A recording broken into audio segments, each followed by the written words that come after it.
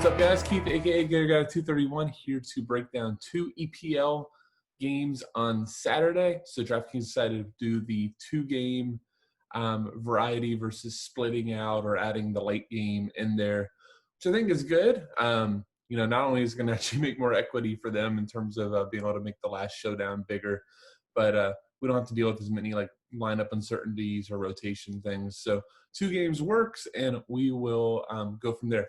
Just a quick thing on the City-Liverpool game. My God, that was painful. Congrats to City for absolutely kicking Liverpool's ass. That sucked for DFS because I made a couple of decisions based on probably some Liverpool bias. But it's nice to see plenty of people in our chat still did very well. Hope you all did too. And if you are a Liverpool fan, I feel you. We're still league champs though, so every time you start getting upset about the game, just keep that in mind.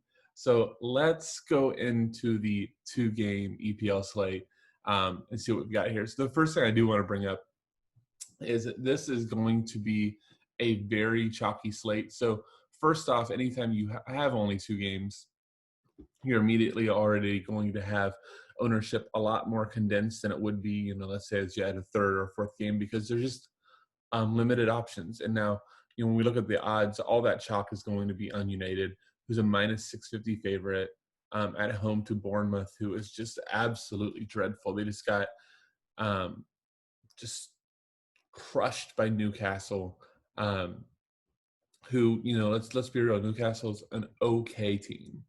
Okay. And, normally they're okay in the fact that they can defend well and counterattack. And they just absolutely just came and gave it to Newcastle, to Bournemouth. So, United, you can arguably say, is the hottest team in the Premier League since Bruno Fernandes got there. So this feels like a perfect storm where United could easily hang 3-4 goals on them as well. The other game is Leicester -155 to Palace. So Leicester, is actually, we could easily say, is one of the colder teams in the EPL since the restart. Have absolutely struggled to get anything going. The attack looks pretty stale, to be honest. I do think that Madison's going to be fit again, but if they're going to try to hold on to this last Europe spot, which and not even just like Europe, but like the last Champions League spot. Hell, they could even drop out of Europe before everything's said and done. They don't get their act together. So they have a good it should be a game that they should be winning versus Palace. But Palace is a good team. I think is going to give them a good game, which will even put more ownership on United. So let's kind of break down, some likely, team news. And then, I'll show you kind of some lineup building ideas. And then we're also going to do what I think is going to be the most important thing today, which is talk about some pivots and ownership leverage, considering we know how owned United will be. So I don't think you're going to see any changes in the United lineup from what we saw on Tuesday, where they just gave it to Brighton. So the swing spot could be over here. Maybe we see Daniel James, but Greenwood coming off a goal and assist and just looking absolutely brilliant. I don't think Ole will switch that off. Paul Pogba is back to full fitness and honestly looks to be vintage Pogba now that he has Bruno in to take the more advanced role. Let's Pogba. I think when you see Pogba at his best, it's when he has free range, but he also still can come deep and get the ball. So, he's one of the better passers in the world, especially long passes. You might not be able to find a player that can loft a 40-yard ball better than Paul Pogba. So with Matic in and with Bruno, really being able to play the attacking role, lets Pogba have complete box-to-box freedom. And what I love is he can actually come deep and get the ball. Now, this doesn't help for DFS, so maybe this is just more tactical and me just loving football. But when he can come deep, get on the ball early, get his involvement, it's just huge for Pogba and almost like his morale. Like, you just still see him running harder. You see him just really making these charges. But being able to get the ball everywhere, be true box to box, just we're seeing Pogba at his best. And so I think that he's going to be a fine play. So the plays that you're really going to be focusing on, though, are these 5 attackers, and I'm going to include Pogba in it. Now, Bruno Fernandes in a cash game may show up at 95%. I think he'll be that owned, especially with Madison struggling. I don't think you're going to see really anybody that cares about their wallet fading Bruno Fernandes.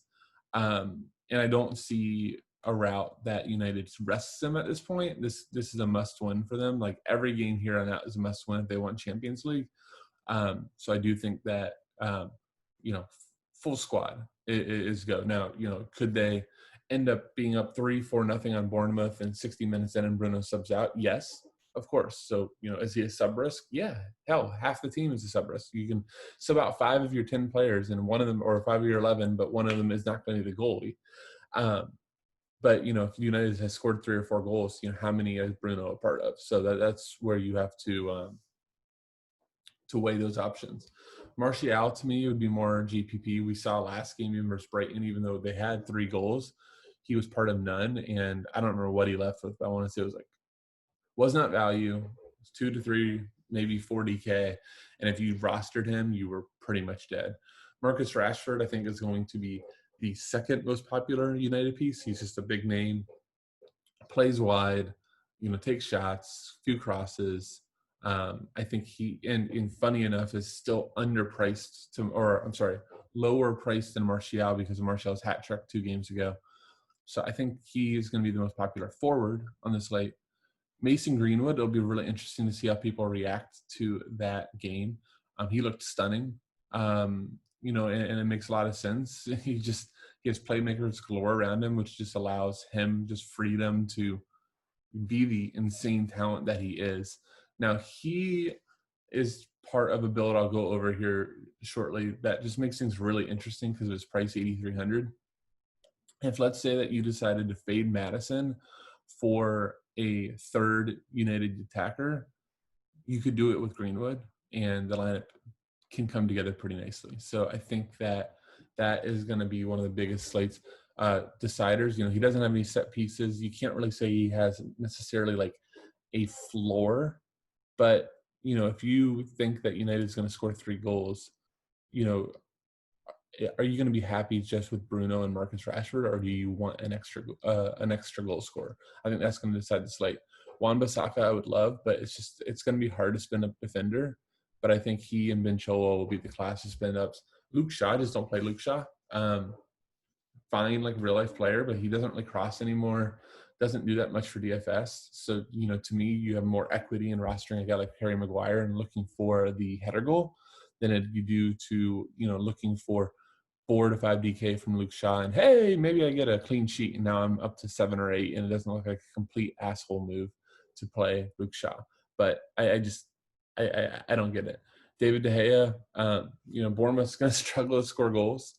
So David De Gea, has the best clean sheet, the best win odds, the best everything on the slate. The question anytime you have a huge favorite though, and you're paying up is, are they going to see enough action to really make it worth it? So if David, I think I've talked about this a lot, but I'm just going to keep talking about it. If you only get 1 save, and just for some reason, just something happens, fluke goal, fluke PK, fluke anything happens. If you only get 1 save, let's say United wins 3-1, David De Gea leaves with 5 DK. And at 5 DK on this slate with where the pricing's at, that decision alone may sink you. So just be very careful when you're picking goalie. On the Bournemouth side, I think one of the biggest things of the slate will be if Junior Stanislaus starts. So when Junior Stanislaus starts, he takes a majority of the sets, and he's only 3,200. So, I'm not sitting here saying that that Bournemouth's going to get, 7-8 corners, but Stanislaus crosses an open play and takes a majority of corners and free kicks when he's on. So at 3,200, if you can get 4 to 5 DK, you'd be happy. And we've seen Stanislaus show up, in 60, 70 minutes and put up 7-8 DK even in bad matchups. I think about the Wolves game a few games ago. That was not a good matchup, yet he still produced. So I'm really going to be like, when the lineups come out, that's the first thing I'm looking at, because I do think it's one of the most important things on the slate. The other most important thing would be is Lloyd Kelly starting. I don't really actually see why they wouldn't at this point. I mean, I think Bournemouth's let me just check the table real quick, but I think that they're more or less, en route to be relegated. Let's see. I mean, it's close. Why do I think they were a little further? 1 point behind Watford. So somehow Bournemouth getting away with a point would be dire for them to at least continue hopes of staying up. But Lloyd Kelly was a big money signing from 2 years ago. I didn't think he was necessarily bad versus Newcastle.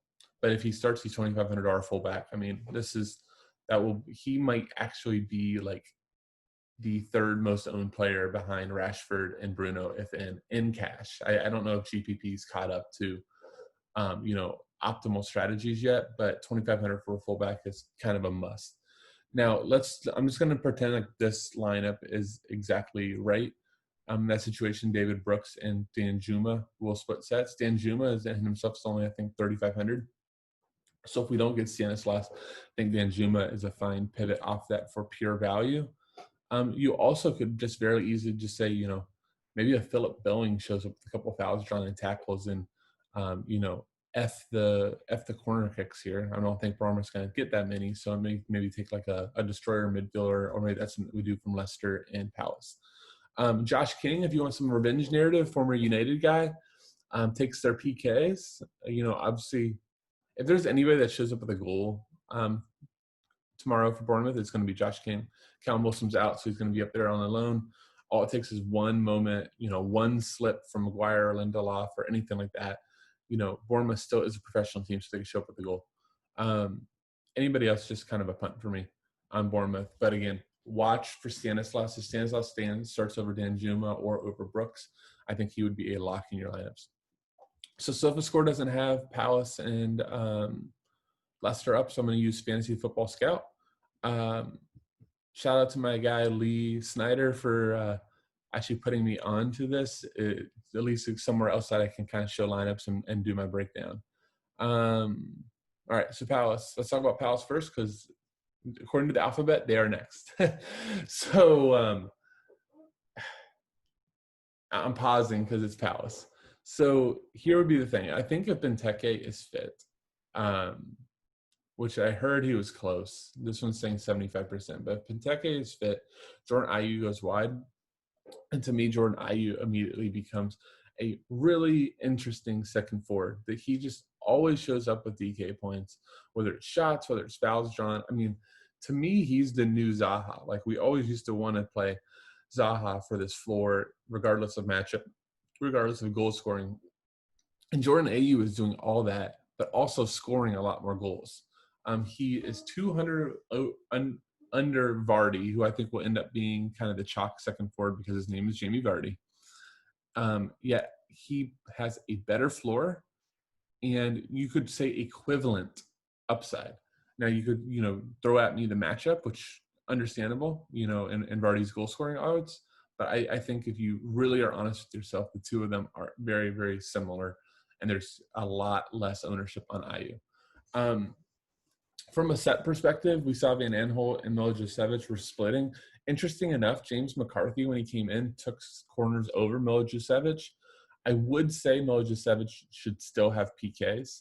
So there's a little equity there. I'll just tell you from building, the mid-tier, I don't think will be owned at all. So if you like Luka to show up here with a goal or a PK or anything of that nature, go for it.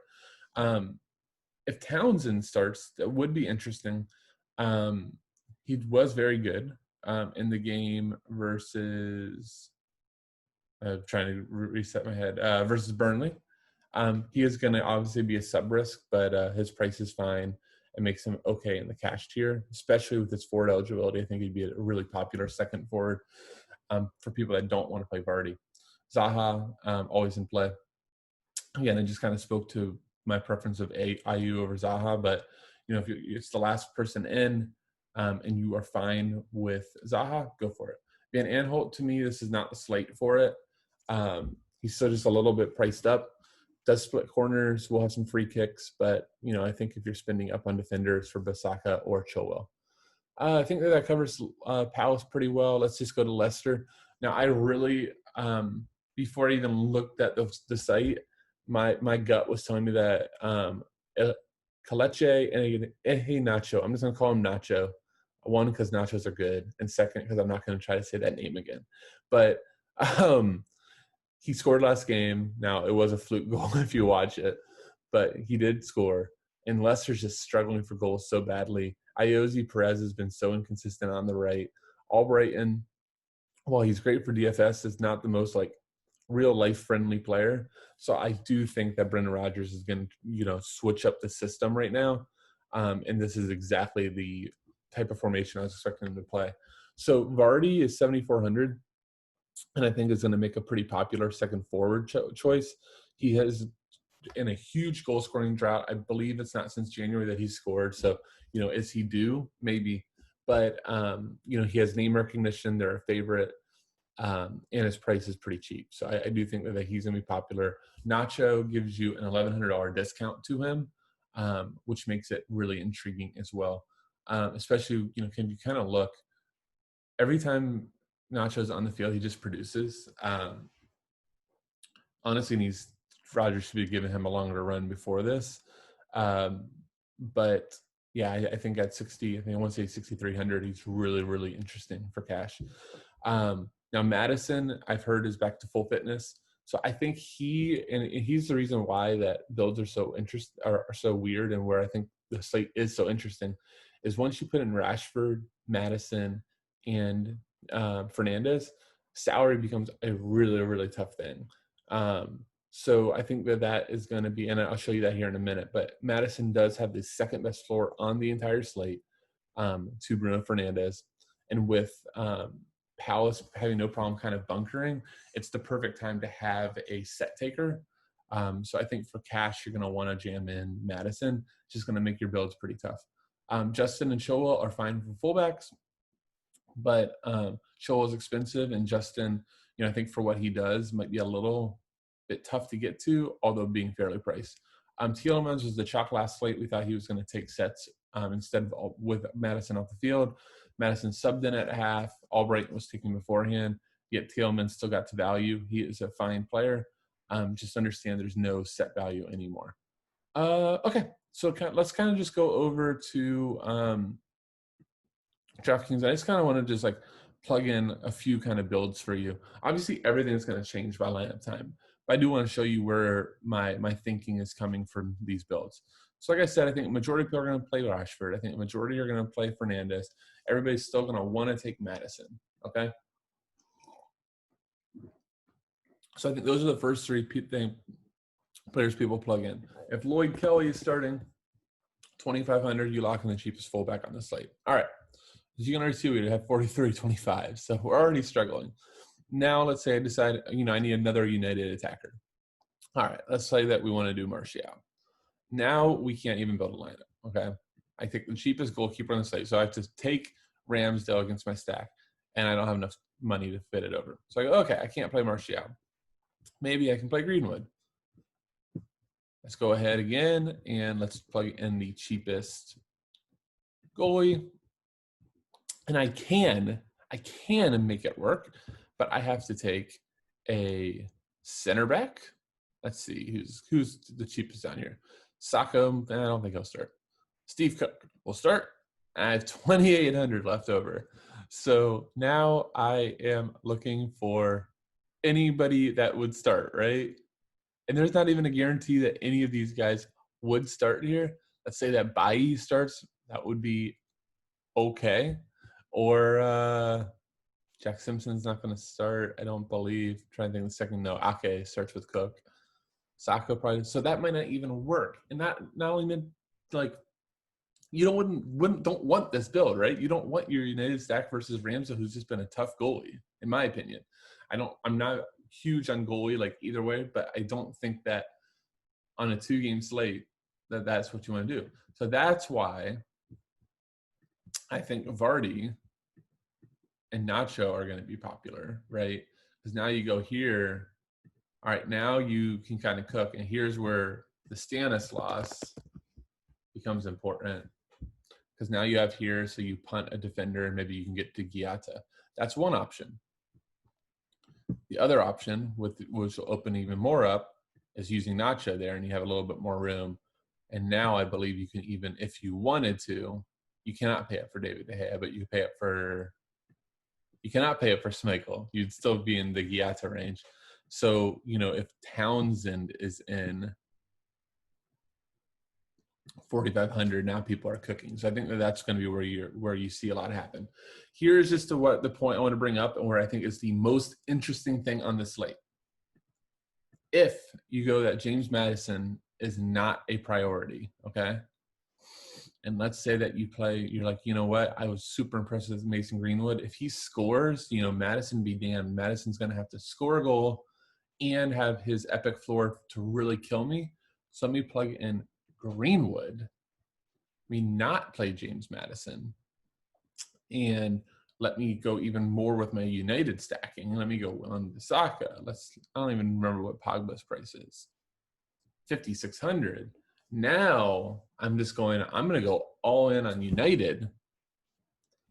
And I think, I'm fading I'm fading Leicester, so I can play Giata, got 4,200, and now I'm cooking. So I think that's the type of build that's really interesting. And that could also be like Martial in there. So I think that's the build that's just like really, really interesting to me, and why, I think there's like 3 really important decisions in this slate, or things to see in this slate. One is, do we get Lloyd Kelly? Do we get that $2,500 like free square fullback? Second is, do we get Junior Stanislaus to make the Rashford, Fernandez, Madison builds doable? Because we really need Lloyd Kelly and Stanislaus to really make it happen. And then the third thing is, do you play James Maddison? Probably the third best floor in DFS. I'd probably go like KDB, Bruno, and TAA. Then maybe Maddison. So, are we going to fade the 4th best floor on a 2-game slate? That's going to be where the slate's really, really interesting. Okay, from a optimal and cash perspective, that's what I was showing you there. All right, I want to talk about GBP leverage. So one, I think GBP leverage is off of Maddison, who's going to be insanely owned. I just showed you a build that could work. Here's going to be some other pivots. Using Martial over Rashford immediately stands out as a GPP pivot to me, because Rashford will be so heavily owned. Greenwood, I think, will come under owned to both of them. So I think he immediately becomes great GPP leverage too. Or if you want cash leverage, maybe go Greenwood over Rashford. And I think you'll already be on a unique build. Jordan Ayew is great leverage over Jamie Vardy, as is Nacho. Because I do think that Jamie Vardy is going to be fairly popular. That's at forward, and that's kind of the leverage points that I see there. At midfield, I really like the thought of playing Paul Pogba on the slate. I just 5,600 is a steal for a player of his caliber, and with so many people trying to jam in both Fernandez and Maddison, Pogba won't be like very owned in that range. So I like that as a play. It's probably like the best leverage that I could give you in that range. Then at defender, I think that it's going to be very few people being able to pay up. So if you have any of the pay up options and they show up with a goal or assist, I think you're going to be laps ahead of these punts. Lloyd Kelly, like I said, is going to be chalk. He in itself could actually be a really good pivot.